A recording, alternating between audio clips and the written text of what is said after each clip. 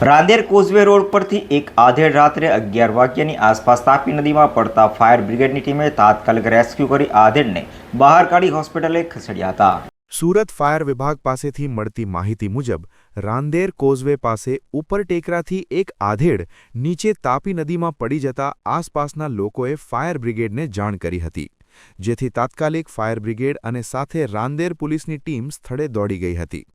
તો fire બ્રિગેડે rescue કરીને કોઝવેના કાદવનો ફસાયેલ આધેડને ભારે જહેમતે બહાર કાઢી તાત્કાલિક 108 એમ્બ્યુલન્સ દ્વારા સારવાર માટે હોસ્પિટલમાં ખસેડ્યો હતો।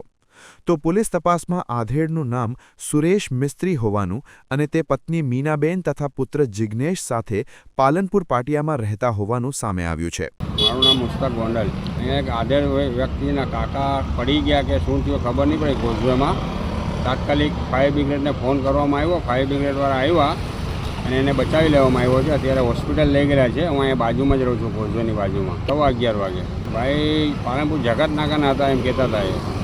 હાલ તો આધેડે કયા કારણોસર તાપીમાં છલાંગ લગાવી કે પછી પગ લપસી જતા પડી ગયા તે અંગે પોલીસે તપાસ હાથ ધરી છે।